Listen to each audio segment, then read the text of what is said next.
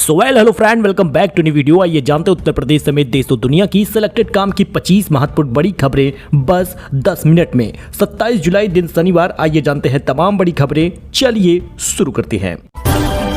देखिए, लोन पर सब्सिडी और सस्ती ब्याज दर मिडिल क्लास के लिए बड़ा तोहफा। बजट में हुआ है ऐलान, जानिए कैसे मिलेगा आपको फायदा।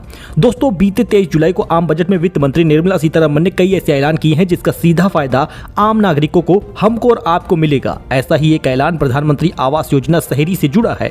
इस योजना के तहत 1 करोड़ शहरी गरीब तथा मध्यम वर्गीय परिवारों की आवास की जरूरत को पूरा करने के लिए केंद्रीय सहायता की घोषणा की गई है। इसके साथ ही सस्ती ब्याज दरों पर लोन उपलब्ध कराने के लिए ब्याज सब्सिडी का प्रस्ताव भी रखा गया है। वित्त मंत्री निर्मला सीतारमण ने अपने बजट भाषण में कहा कि इस योजना के तहत 10 लाख करोड़ रुपए से निवेश में 1 करोड़ शहरी गरीब और मध्यम वर्गीय परिवार की आवास जरूरतों को पूरा किया जाएगा। इसमें अगले 5 वर्षों में 2,20,000 करोड़ रुपए की केंद्रीय सहायता भी शामिल होगी। निर्मला सीतारमण ने बताया कि सरकार सस्ती दरों पर ऋणों को उपलब्ध कराने के लिए ब्याज सब्सिडी देने की योजना बना रही है। विदेशी मामलों में दूर रहे राज्य केरल और ममता बनर्जी को केंद्र सरकार ने चेताया है। दोस्तों, शरणार्थियों के मुद्दे पर उसका कोई अधिकार नहीं है। आपको बता दें, मुख्यमंत्री ममता बनर्जी ने कहा कि अगर बांग्लादेश में हिंसा नहीं रुकी तो राज्य सरकार भारत भागकर आए लोगों को आश्रय देगी।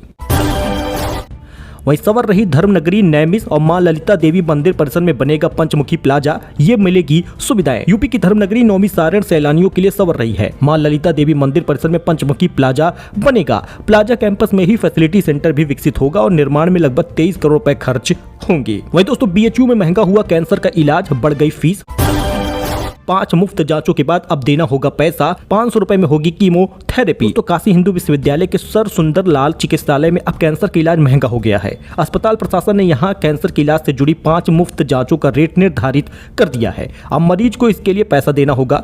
मरीजों को कीमोथेरेपी के लिए अब 500 रुपए खर्च करने होंगे, जो अभी तक फ्री था। इलाहाबाद हाईकोर्ट बोला, अबॉर्शन कराना महिला का अधिकार। 15 साल की लड़की को दी गई थी गर्भ रखने की इजाजत, रेप से हुई थी प्रेग्नेंट। इलाहाबाद हाईकोर्ट ने रेप पीड़िता 15 साल की प्रेग्नेंट लड़की के मामले में बड़ा फैसला दिया है। कहा, यह महिला का अपना निर्णय है कि वह गर्भ को जारी रखना चाहती है या अबॉर्शन कराना चाहती है। हालांकि ऐसे मामलों में जोखिम पर विचार होना चाहिए। दोस्तों, पिता गिड़गिड़ाता रहा, बेटी बोली प्रेमी ही मेरी जन्नत है। मेरठ में कोर्ट मैरिज करने आई लड़की को रोका, नहीं मानी तो कसम खाकर रिश्ता तोड़ा।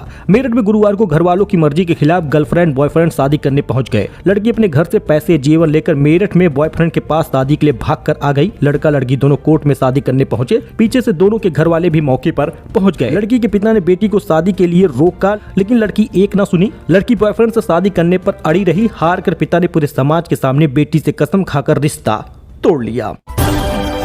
वही शंकराचार्य अविमुक्तेश्वरानंद बोले, काशी विश्वनाथ में भी सोना घोटाला हुआ है। गर्भगृह का सोना 6 महीने में पीतल हुआ। सीईओ का जवाब, स्वामी के पास दिव्य दृष्टि है। ज्योतिर्मय मठ के शंकराचार्य अविमुक्तेश्वरानंद जी महाराज ने एक बार फिर से बड़ा दावा किया है। दिल्ली में उन्होंने कहा कि सिर्फ बाबा केदारनाथ धाम में ही नहीं, बाबा विश्वनाथ समेत देश के कई और मंदिरों में सोना घोटाला हुआ है। काशी विश्वनाथ के गर्भगृह में कैसा सोना है जो 6 महीने में पीतल हो गया? भगवान के साथ अगर छल हुआ है तो सामने आना चाहिए। वही टेक महिंद्रा का मुनाफा 23% बढ़ गया। अप्रैल जून तिमाही में आय 1.17% गिरकर 13,005 करोड़ रही है। जी दोस्तों, टेक महिंद्रा का वित्त वर्ष 2024-25 की पहली तिमाही में मुनाफा सालाना आधार YOY 23% बढ़कर 851 करोड़ हो गया है। एक साल पहले की समान तिमाही Q1 FY24 में कंपनी को 692 करोड़ का मुनाफा हुआ था। तो यूपी रोडवेज में 10,000 परिचालकों की भर्ती होगी। परिवहन मंत्री ने निर्देश दिया है। बोले, बसों में सुविधाएं भी बढ़ेंगी। रोडवेज में परिचालकों की भर्ती नहीं होने से रोडवेज को नुकसान हो रहा है। यह बात परिवहन मंत्री दयाशंकर ने यूपीएसआरटीसी के समीक्षा बैठक में कही है। उन्होंने कहा कि परिचालकों की कमी से परिवहन निगम की बहुत सी बसें ऑफ रूट हो रही हैं। इससे परिवहन निगम को आर्थिक नुकसान हो रहा है। साथ ही उन्होंने टेक्निकल स्टाफ की कमी को भी जल्द दूर करने का निर्देश दिया है। ऑनलाइन बुकिंग सुधारने को भी कहा गया है। नोएडा, लखनऊ, गाजियाबाद की तारीफ की है। फिलहाल अब 10,000 परिचालकों की भर्ती होगी। वही कश्मीर की तरह पश्चिम बंगाल का होगा विभाजन। पीएम मोदी से मिले सुकांत मजूमदार, काफी देर तक किया मंथन। मजूमदार पूर्वोत्तर क्षेत्र के विकास से संबंधित मंत्रालय के राज्य मंत्री हैं। ऐसे में उनका यह प्रस्ताव महत्वपूर्ण भी हो सकता है। वे बंगाल भाजपा के अध्यक्ष भी हैं, जिससे मांग का राजनीतिक महत्व बढ़ गया है। दोस्तों, अयोध्या से बड़ी खबर सामने आ रही है। फैजाबाद की फजीहत मिल्कीपुर से करेंगे दूर। योगी आदित्यनाथ ने लल्लू सिंह के साथ लगाए 4 मंत्री, दनादन चल रही है मीटिंग। अयोध्या लोकसभा सीट हारने के बाद बीजेपी की नजर अब मिल्कीपुर विधानसभा सीट पर टिकी हुई है। इस सीट पर होने वाले उपचुनाव को लेकर बीजेपी कोई भी कोर कसर नहीं छोड़ सकती और उसका यही प्लान है।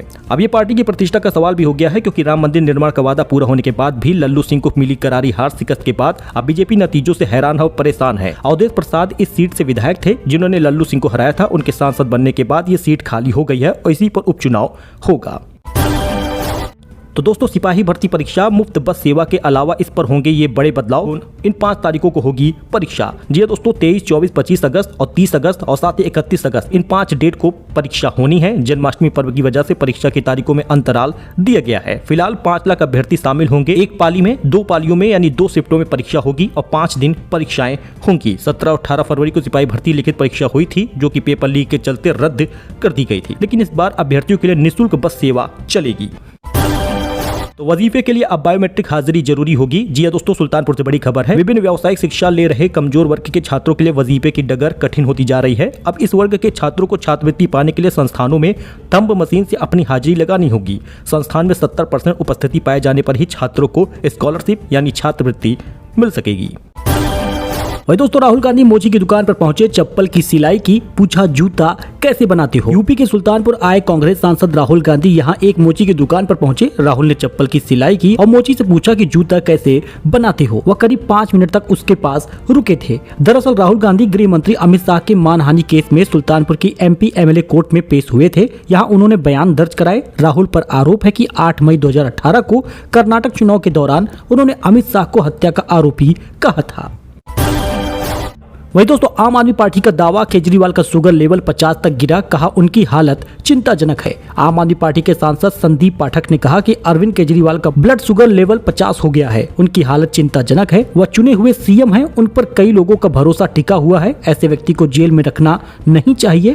पाठक ने कहा, लेफ्टिनेंट गवर्नर कह रहे हैं कि केजरीवाल जानबूझकर अपने स्वास्थ्य खिलवाड़ कर रहे हैं। वही दोस्तों, ओलंपिक से पहले फ्रांस के रेलवे नेटवर्क पर हमला, 2.5 लाख लोग प्रभावित हुए हैं। फ्रांस में ओलंपिक गेम्स की ओपनिंग सेरेमनी के करीब 10 घंटे पहले शुक्रवार को पेरिस में ट्रेन नेटवर्क पर हमला हुआ है। कई रेलवे लाइनों पर तोड़फोड़ और आगजनी की खबर भी सामने आई है। हमले के आधे घंटे के अंदर पेरिस से आने जाने वाली कई ट्रेनों को रद्द कर दिया गया। आज करीब 2.5 लाख यात्री प्रभावित हुए हैं।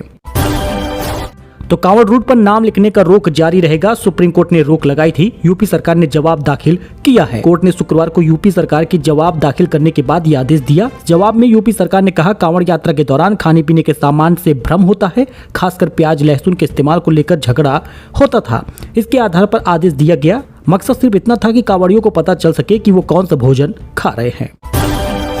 जेडीयू नेता बोले, हमारा गठबंधन फेविकोल का जोड़ है, प्री पोल अलायंस है, हमेशा चलेगा। संसद के मानसून सत्र के 5वें दिन लोकसभा में बजट पर चर्चा हुई। इस दौरान पंचायती राज मंत्री लल्लन सिंह ने कहा कि जेडीयू और टीडीपी चुनाव से पहले भाजपा के साथ है और ये प्री पोल अलायंस है। हमारा अलायंस फेविकोल से जुड़ा है, ये हमेशा बना रहेगा। कारगिल में मोदी बोले, अग्निवीर पर विपक्ष झूठ फैला रहा। खड़गे ने कहा, ये ओछी राजनीति है। कारगिल विजय दिवस 25वीं वर्षगांठ पर शुक्रवार को प्रधानमंत्री मोदी ने लद्दाख में 1999 की जंग के नायकों को श्रद्धांजलि दी। उन्होंने करीब 20 मिनट के संबोधन में पाकिस्तान, आतंकवाद, जम्मू कश्मीर, लद्दाख, अग्निपथ योजना और विपक्ष पर बात की। पीएम ने कहा, अग्निवीर पर विपक्ष ने झूठ फैलाया। इस पर खड़गे ने कहा कि काफी दुर्भाग्यपूर्ण है। पीएम कारगिल विजय दिवस के मौके पर भी ओछी राजनीति कर रहे हैं। इससे पहले किसी भी प्रधानमंत्री ने ऐसा नहीं किया। केरल हाईकोर्ट बोला, धर्म परिवर्तन सर्टिफिकेट के नाम बदलना सही, एक धर्म से नहीं बांध सकते। केरल हाईकोर्ट ने गुरुवार को धर्म परिवर्तन से जुड़े एक मामले में सुनवाई की। इसमें कहा कि एजुकेशन सर्टिफिकेट में जाति या धर्म परिवर्तन की मांग को इसलिए नहीं ठुकराया जाना चाहिए क्योंकि इसके लिए कोई कानूनी प्रावधान नहीं है। उन्होंने कहा, भले ही स्कूल सर्टिफिकेट में धर्म परिवर्तन के आधार पर नाम बदलने का कोई नियम नहीं है, इसका मतलब ये नहीं कि किसी व्यक्ति को उसके जन्म के आधार पर किसी एक धर्म में बांध दिया जाए। अखिलेश यादव बोले, केशव प्रसाद मौर्य जी मोहरा बन गए हैं। डिप्टी सीएम दिल्ली के वाईफाई का पासवर्ड है। सपा प्रमुख अखिलेश यादव ने यूपी सरकार में चल रही खींचतान पर एक बार फिर से निशाना साधा है। उन्होंने डिप्टी सीएम केशव प्रसाद मौर्य के लिए कहा कि मौर्य जी मोहरा बन गए हैं, दिल्ली के लोगों का वाईफाई पासवर्ड है। बताइए क्या सरकार ऐसे चलेगी? यूपी ऐसे नहीं चलेगी। उन्होंने यूपी के लोगों को धोखा दिया है। उन्होंने इशारों में कहा, लखनऊ और दिल्ली के बीच लड़ाई चल रही है। संविधान हत्या दिवस के खिलाफ याचिका खारिज हुई, एक इलाहाबाद हाई कोर्ट में पेंडिंग है। दिल्ली हाई कोर्ट में शुक्रवार को संविधान हत्या दिवस के विरोध में दायर जनहित याचिका खारिज कर दी गई। केंद्र सरकार ने 25 जून को संविधान हत्या दिवस घोषित किया था। याचिका समीर मलिक नाम के व्यक्ति ने दायर की थी। इसमें तर्क दिया था कि संविधान के आर्टिकल 352 के तहत इमरजेंसी लागू की गई थी, इसलिए यह नहीं कहा जा सकता कि यह संविधान की हत्या है। इस तरह की याचिका इलाहाबाद हाई कोर्ट में लंबित है। तो भारतवंशी कमला हैरिस को ओबामा का साथ मिल गया है। पत्नी मिशेल ने भी समर्थन किया है। अमेरिका के पूर्व राष्ट्रपति बराक ओबामा और उनकी पत्नी मिशेल ने भारतवंशी कमला हैरिस का राष्ट्रपति पद के लिए समर्थन कर दिया है। दोनों ने शुक्रवार को फोन करके कमला हैरिस को अपना समर्थन दिया। बराक ओबामा ने सोशल मीडिया पर इससे जुड़ा एक वीडियो भी पोस्ट किया है। सो दोस्तों, ये कुछ अपडेट था, नई जानकारी थी। आई होप कि आपको ये पसंद आया होगा। वीडियो पसंद आया हो लाइक करिए, सब्सक्राइब करिए, दोस्तों के साथ शेयर करिए। धन्यवाद।